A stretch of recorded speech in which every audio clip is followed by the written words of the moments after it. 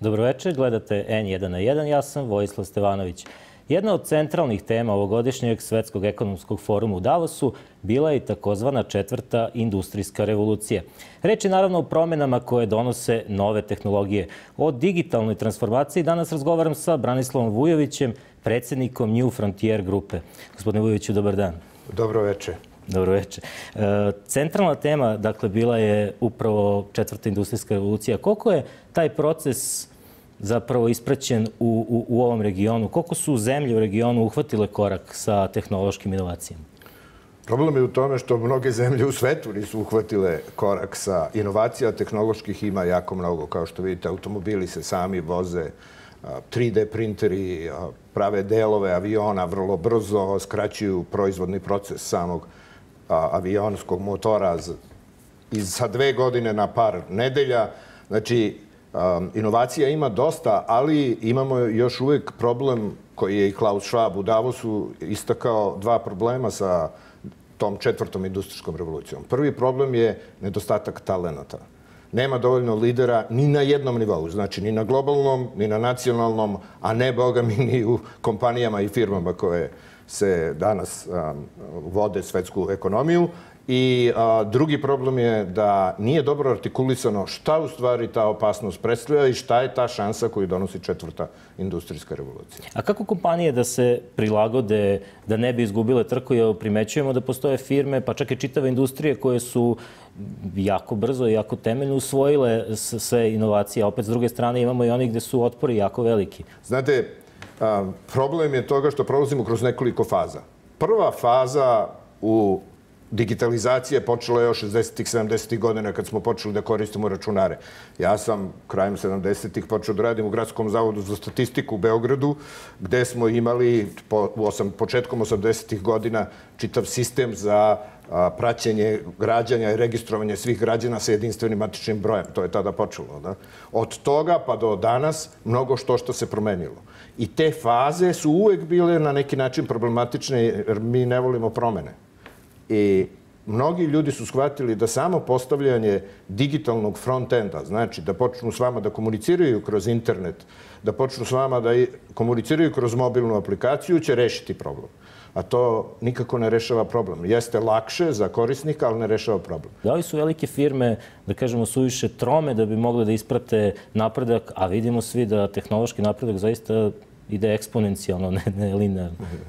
Pa, to stvarno, ja mislim da to stvarno zavisi od talenta. Ja sam vam dao, već sam govorio o tome, meni je najbolji primjer Metropolitan Opera. Opera vam je nešto klasično, zaista klasično. Ima 3800 mesta i vi možete prodati 3800 karata za jednu predstavu, ali oni su onda napravili digitalni deo i počeli da prodaju po celom svetu ili da preko interneta možete da gledate operu u direktnom prenosu ili da možete da odete u salu, bioskopsku salu, gde ćete za mnogo jeftinije nego što košta karta u New Yorku u Metropolitanu da gledate jednu od najboljih predstava u svetu.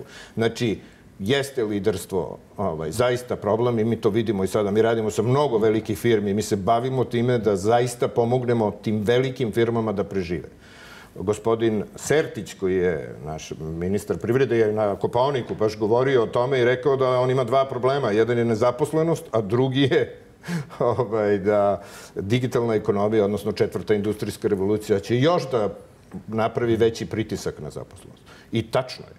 Ako mi budemo čekali da kopiramo što će Nemci, Amerikanci i američke i nemačke velike firme da urade, to će nam se i desiti. Mi moramo da krenemo sad, odmah, da se bavimo tim problemom i da vidimo kako ćemo da prestrukturiramo naše poslove, da napravimo nove poslovne modele koji će da omoguće da bolji način radimo s klijentima, a da sačuvamo našu radnu snagu. Poslovni modeli moraju da se menjaju na najvišem nivou. Problem je da lideri se plaše tehnologije i nisu spremni da prihvate promene i da naprave promene koje su neophodne, zato što smatraju da je to potreba neki stručnjak, a ne gledaju samo osnove, kako da iskoriste te osnove za promenu poslovnog modela. I to je najveći problem. I imate jako mnogo primjera oko toga. Daću vam jedan primjer, evo, iz velike firme. Volkswagen, videli ste koliko problema ima sada sa ovim što je deo softvera bio napravljen pogrešno u njihovim automobilima i nisu davali dobre vrednosti za izduvne gasove.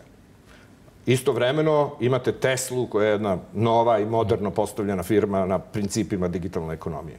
Volkswagen je mora da povuče ogroman broj vozila, 18 milijardi dolara će to da ih košta, a da ne govorimo o reputaciji i o vrednosti brenda. Tesla je imao sličan problem. Ako se sećate, pre 3 godine, njihova 3 automobila su se u roku u 5 nedelja zapalili na autoputu u Americi i Tesla je analizirao problem, firma Tesla je analizirala problem i ustanovila da oni previše spuštaju automobil kad izlazi na autoput da bi smanjili otpor vazduha. Oni su jednostavno preko interneta poslali izmenu u softveru koji upravlja automobilom i malo podigli auto i izbegli sve ove probleme koje ima Volkswagen. Tesla vam sada šalje update na vaš auto i nudi vam za $1.500 da imate 20 konjskih snaga više u automobilu ako hoćete, ili $2.500 vas košta da kupite autopilot. Oni su vam poslali, ako hoćete možete da ga instalirate, ako ne. To je potpuno novi poslovni model. Da, s tim što bi bilo zanimljivo da vidimo taj autopilot na Ibarskoj magistrali, kako bi funkcionisao. Kako bi funkcionisao. A to vas pitam zbog toga što neophodna je i podrška države i infrastrukture. Kod nas ipak samo jedan mali procenat, 2 do 3%, ako ne grešim, prodaje ide online. Potpuno ste u pravu. Naša ekonomija čak se vodi, da li je 1 ili 2%, potpuno ste u pravu. Naša ekonomija tvrdi da je 1 do 2% samo digitalna ekonomija, znači prodato preko interneta, plaćeno preko interneta. Ima još jedan podatak koji je interesantan, a to je, nemam najnoviji od Narodne banke Srbije, ali u prethodnim godinama oko 200 miliona eura je plaćeno kreditnim karticama van naše zemlje. Oko 8 miliona eura je plaćeno u zemlji. Znači, naš debalans je 192 miliona evra. Ja mislim da predsjednik vlade bi bio vrlo srećan kad bi mogli taj debalans da smanjimo. Austrija, ja živim u Beču, pa zato znam, radi 10 milijardi dolara na internetu godišnje prometa. Od tih 10 milijardi, 8 ide van zemlje. Samo je 2 milijarde ostaje u zemlji. I ja, pravo da vam kažem, isto nisam srećan, to ide od mog poreza da se plaća tamo. Znači, država može mnogo da učini na tome. Da li je stvarno 2% ili 1%, to je u stvari pitanje za Srbiju. Bio sam sa gospođom koja je marketing menadžer Tehnomanije. Ona mi kaže da nju zovu ljudi koji su sve odlučili na internetu. Znači, izabrali veš mašinu, sve odlučili, stavili je u korpu, i onda je zovu telefonom i kažu joj, sad hoću da kupim tu mašinu. Ona kaže, kupite? A ne, neću da kupim online. I mi u stvari sve biramo na online. Ako pitate vaše prijatelje, svi su sve proverili na internetu i onda samo odlaze u prodavnicu da podignu tu mašinu. Druga stvar je ovo što ste vi pitali, znači, naša vlada mora, sad se donose zakoni vrlo ubrzano, znači mi imamo zakon o platnom prometu koji će omogućiti malo bolje plaćanje kroz to, digitalni potpis imamo, čak smo napredniji od nekih zemalja u regionu, postoji osnova za sve to. Mi moramo da se oslobodimo toga i moramo da shvatimo da digitalna ili 4. industrijska revolucija je globalna. Da mi imamo šansu, kao što Nordeus prodaje, odličan primer, prodaje svoje igre po celom svetu i oni su poznati u celom svetu. Ne moramo da se ograničimo na naš region više. Mi isto treba da gledamo, da obezbedimo da možemo da radimo u celom svetu i možda zakonima da preskočimo neke od evropskih zemalja. Ne moramo primenjujemo stare zakone iz Evropske unije od pre 10 godina, nego da mi uradimo nešto možda i revolucionarnije i da postanemo pored poljoprivredne i digitalna zemlja. Dobro je što ste to rekli, pošto se kod nas uglavnom govori da je naša šansa u poljoprivredi, da tek treba da se reindustrializujemo, da je proizvodnja hrane i pića nešto na čemu bi trebalo se fokusira Srbija, slično i u drugim zemljama u regionu. Da li su te vrste industrije i te industrije, jesu li one, da kažem, kontraindikovane sa tehnološkim revolucijama? Danas jedna od stvari zašto je Klaus Schwab nazvao to 4. industrijskom revolucijom je zato što ta tehnologija ulazi u sve grane privrede. I to tolikom brzinom da je to prosto neverovatno. U poljoprivredi ima nešto što se zove precizna poljoprivreda, u kojoj pomoću satelita se upravlja, GPS sistemima se upravlja kako se vrši đubrenje određenih parcela. Kada se to radi, ne dolazi do preklapanja. Normalno, kada vi to radite s običnim traktorom, 10% se uvek preklapa. To je kod nas situacija. To nije dobro za zemlju, to nije dobro za proizvod koji pravite, bilo da su žitarice, bilo šta da je. A sada se radi ta precizna poljoprivreda, vođena, to je samo mali primer, vođena sa GPS sistemima gde nema tog preklapanja. Analizira se vlažnost zemlje u poljoprivredi i na osnovu toga se određuje koliko će se navodnjava ili koliko će da se odvodnjava. Imate milion tih primjera koji sada dolaze i omogućavaju da ta poljoprivreda u stvari bude još organskija ili više bio, da ne koristimo previše sredstava. Dobro, ali ipak postoje otpori i pre svega se tiču straha od gubitka posla. Nove tehnologije znače da će se otvoriti novi poslovi, ali niko ne spori da će mnogo postojećih poslova prestati da postoji. Kako prevazići taj strah kod ljudi i da li je u stvari on opravdan? I sa druge strane, šta sa onim ljudima koji ne mogu da se prilagode toliko brzo promenom?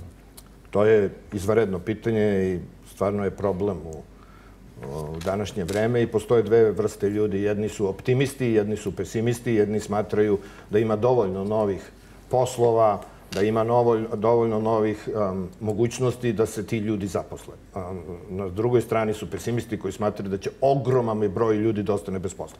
Švajcarska, nisam siguran da li je prošao referendum ili nije, oni su stavili na referendum da se svim građanima Švajcarske daje 2.500 franaka mesečno, švajcarskih franaka mesečno, bez obzira da li rade ili ne rade, da bi taj problem rešili unapred, predupredili. U Finskoj su to rešili da bude 900 evra. To je jedna mogućnost. Druga mogućnost je ta što mi propagiramo, da ima dovoljno posla i za te ljude, samo treba na vreme krenuti sa transformacijom. Vi morate da uvidite da ono što gubite na jednoj strani, možete da uradite na drugoj strani.